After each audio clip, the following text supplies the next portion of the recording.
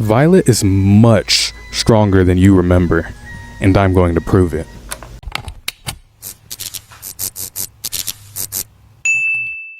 Violet Parr is the eldest child of Bob and Helen, better known as Mr. Incredible and Elastigirl. Now you may think Violet's abilities end with creating shields and turning invisible, but there are several subtle showings that prove otherwise, and they're often overlooked.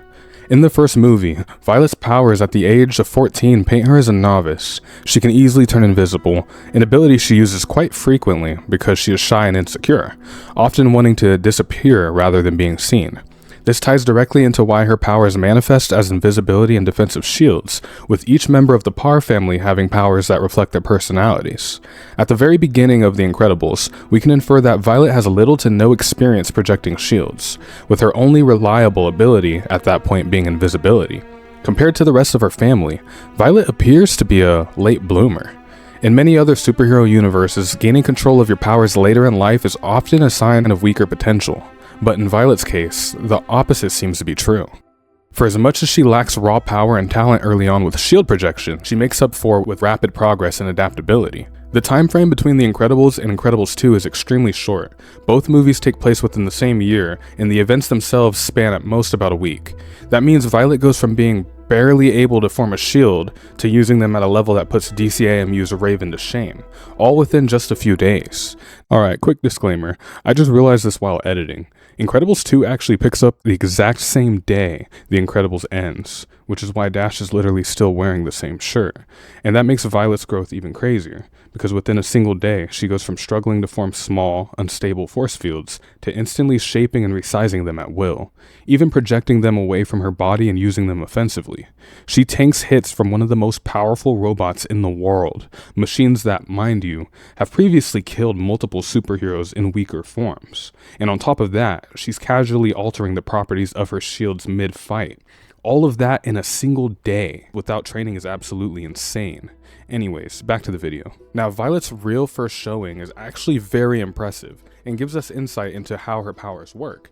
During a family dinner, she stops her brother Dash while he circles the table at super speed. It sounds minor until you factor in that Dash is no slouch. His processing speed and reaction time should be far faster than Violet's. Circling a table that small at that speed is, no pun intended, child's play for someone like Dash.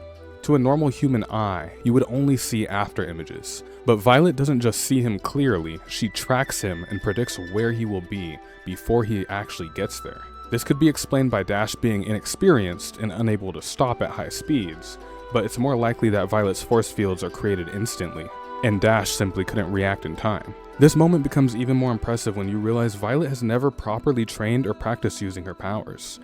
Her power structure is actually similar to the Green Lantern ring, where the strength of the ability is heavily tied to the user's mentality and confidence. During the airplane scene, when she is under immense pressure, Violet cannot even conjure a single shield.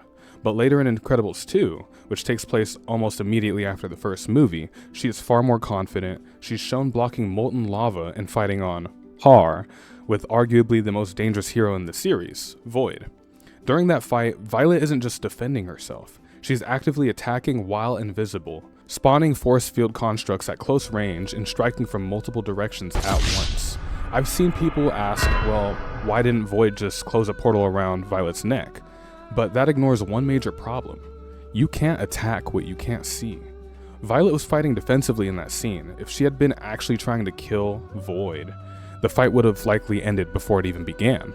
But Violet's growth alone is what makes her the most capable super, and the lava scene answers the most important question. Just how strong are Violet's force fields? The shield doesn't burst, crack, or shatter under the pressure of molten lava. Instead, it compresses while Violet struggles to hold it in place. That suggests that the shield itself isn't breaking. Violet is simply reaching her physical limit. This implies the material used to create her shields might be indestructible, with their durability tied directly to Violet's own stamina and strength. The shield only fails once Violet herself reaches her limit, and this all happens within the same year in the Incredibles timeline.